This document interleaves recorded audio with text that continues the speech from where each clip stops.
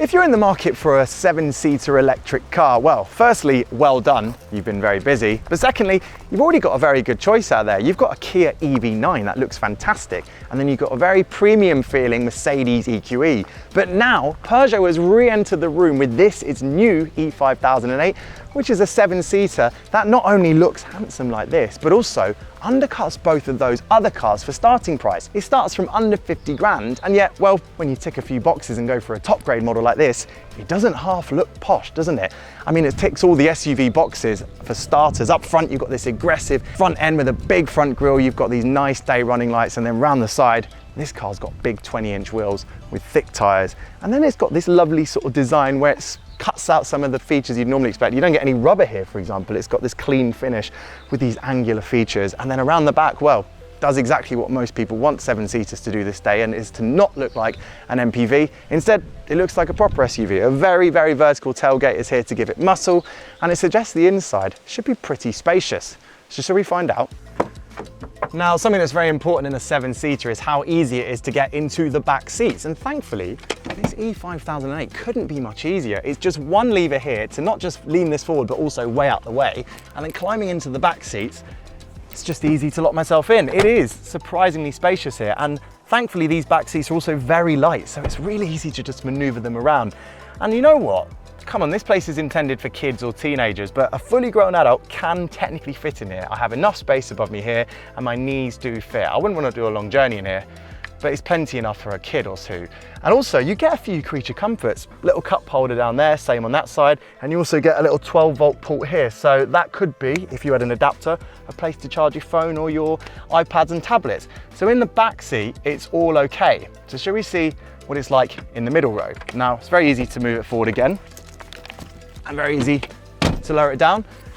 And I'm happy to see that even with the seat in this position, I'll close that down for you, there's a decent amount of room. I could squeeze in here, but you can actually get quite a lot more room, in fact, tons more room. And now I've got not far off of a limo-like experience because my feet can tuck right under the seat ahead. So this is a really spacious place to be. And also, we've got a lot of space all around me. Good shoulder room, good headroom up here, and this skylight up above me here is lovely panoramic sunroof, looks great. Plus, you're not short on the basics. A couple of cup holders in here to go with the plentiful storage space across the rest of the rear of the car. And naturally, you've got a pair of vents down there, a couple of USB ports, and another 12-volt as well. So technology, keeping your cooler warm. I think you're going to be happy in the back seats here. But if you're not, well, you've got a small amount of extra adjustment, and that is actually for your back here. So literally for your back. So you can have it leaning back like that, and which means you can be really relaxed. Or if maybe you've got someone or something or an animal in the back and you want to give a bit more space, well, there you go. Now, jumping into the front seat, it feels nice and plush up here. Whereas the back is just comfortable and spacious, up here feels a little bit sporty because I'm sort of cocooned into the car, and also nicely finished. Now, it's quite different to the other models I mentioned earlier. The EV9, for example, has a bit more of an open interior. It's a bit simpler. This really wraps around and hugs you. And I think the Mercedes goes maybe 1 or 2 steps too far. This feels actually quite sensible. So let me explain what I like about it. So I really like this curved screen up here. Now it curves across both the middle of your view and also here, so it's kind of 2-in-1, and it means you get loads of like crisp and clear graphics. It's very easy to use and thankfully nice and responsive as well. Plus you get wireless Apple CarPlay and Android Auto, which is what most of us use. And then down here, you've also got another touch screen, but this one is effectively your shortcut screen. So it means you can access things without having to dive into multiple menus. So for example, if I want to change the climate settings, I do wish they were actual physical buttons, but at least you've got a shortcut here so I can do this nice and quickly. And then I can jump back to my nav straight away. And your nav also can be displayed here as well. So if your passenger messes that up, you can still see where you're going. Now, this does have the same issue that other Peugeots have, and it is an issue for some people, but it won't be for everyone, so make sure you try before you buy. But for me, I like to sit nice and low and have the wheel close to me and quite high, and in this car, this small and very agile feeling wheel, well, it does block my view a bit at the dash. So if I have it where I want it, it's here, and then I suddenly can't see some of the dash, so I have to lower it a bit more. Not the end of the world, but not ideal. But it's something anyone who's driven a recent Peugeot will be familiar with. Thankfully, it claws back loads when it comes to the usability and space as well. Now, firstly, you've got buttons here. They're not capacitive, so they're not super annoying. although they are on a rocker, so could be better. But the storage space is good. You've got a wireless charging mat down here, and then you've also got a big amount of storage space here, if I can figure out how to open it. There you go, loads of room down there, a couple of USB-Cs in there as well. Let's get rid of that. And then you'll also spot a 12 volt in there. So technologically, you're doing all right. And then you've got a couple of cup holders here, and then you also have a good amount of storage space. Look, watch this. My hand goes in, and then it keeps going in. It keeps going in, and then it just goes down the back there. So that's a good amount of storage space. And I've just noticed it's a cooled box as well, which is handy. And you'll have also noticed that you've got a few buttons here. The key one is the volume one here, which means if you accidentally put the wrong song on, you can turn it down very quickly. And then finishing it all off is actually this fit and finish I mentioned earlier. Now it's a largely fabric interior rather than, you know, fake leathers and stuff, but it's a really nice thing. I like this texture here. Everything's really tight and nicely glued together. And I like the fact that you get this ambient lighting up here and also a floating air vent, which looks pretty cool. It does feel very premium, and it goes with the seats that you get in this car. They're sort of angular in themselves. It just all feels like it's cohesive.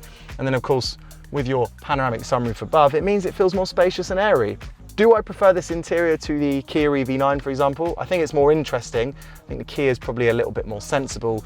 And then, as I said, the Merc, maybe it's a bit too try-hard. So yeah, I like it. And yes, I hear those of you who've been shouting Tesla Model X at the screen since the start of this video, but don't forget, that car's not directly comparable as it's a 5-seater. That can be optioned as a 7-seater, but for extra cost. Plus, Tesla's not sold the Model X to Britain in right-hand drive for a couple of years now. So if you want one, I'd recommend downloading the Cinch app or visiting our website. Although first, let me tell you more about this Peugeot that I quite like the look of. Now that Kia EV9 leaves a lot to be desired when it comes to handling, because it's a big, tall car, and well, the EQE actually is really punchy. So there's space for this to fit in as maybe the softer, more comfortable car. And well, I have to admit, it doesn't feel super, you know, cushiony over some of the smaller bumps, over drain covers and what we would have in the UK as potholes, but out in here in Sweden are just, you know, sort of lumps and bumps. Well, it is a bit fidgety. It feels like they've engineered it to feel quite sporty initially.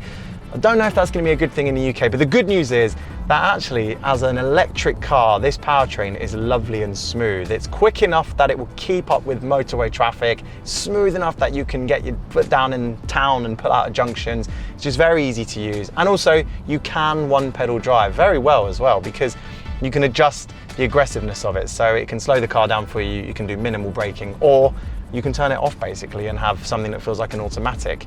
As for range in this electric car, well, we're driving the 73 kilowatt hour battery, so that means it's the entry-level car in battery sense, although of course it's dressed with GT top-level trim.